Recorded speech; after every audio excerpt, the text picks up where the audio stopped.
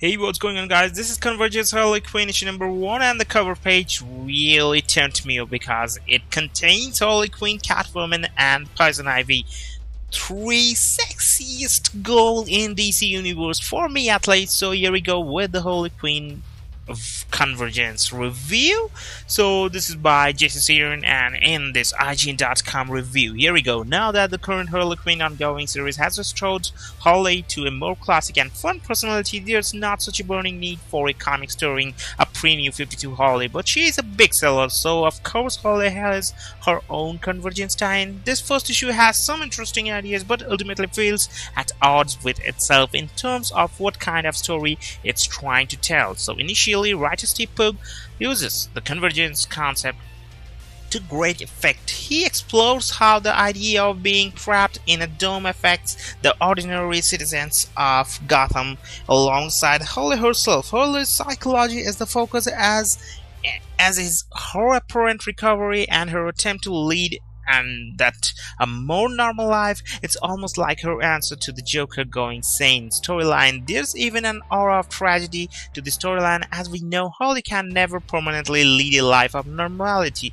Sadly, the story loses its luster as Pugh reflects the events of Convergence 1 and the combat between rival cities becomes a focus. At this point, Poison Ivy and Catwoman abruptly enter the story and everything shifts gears. It's an underwhelming and even unsatisfying change of pace considering how well things were shaping up before. This isn't the only Convergence tie-in that could have benefited from a more isolated standalone approach. The good news is that Phil Winslade's art is a good match for the story. Winslade channels the zany energy of Harley's antics and the various colorful hallucinations that plague her troubled mind, and at the same time there's a very down-to-earth subdued quality to these pages that plays well with the more low-key approach to story. However, the action becomes, there's me, the copper. Okay, so the action becomes a little stiff once Catwoman and Ivy enter the fray, and it does nothing to help the disappointment that comes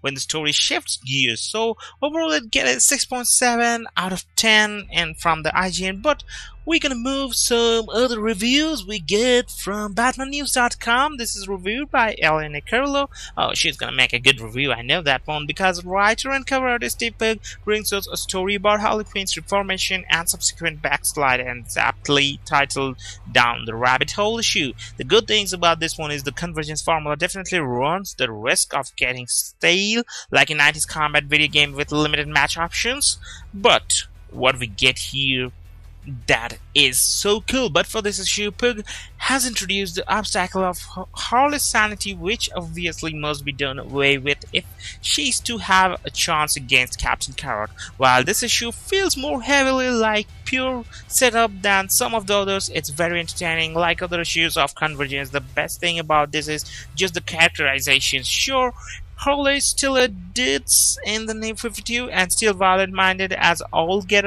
out, but Pugh restores a bit more of the black and white or black and red extremes to her personality, emphasizing that she is mentally ill, which is great because it's Harley Quinn. So, which is something that's virtually ignored in her solo series these days. There's a couple of very nice touches here with regard to that. A discussion about goldfishes that telegraphs what's to come, and a psychotic moment in which she has a post-traumatic reaction to thoughts of the Joker. So that is so cool and we really like it. Some bad things about there also, but it's all over. It's a good to read comic, so you should go to the store and buy this book and enjoy this comic book wherever, in your bathroom or in your couch, in your kitchen, in your bed before sleep.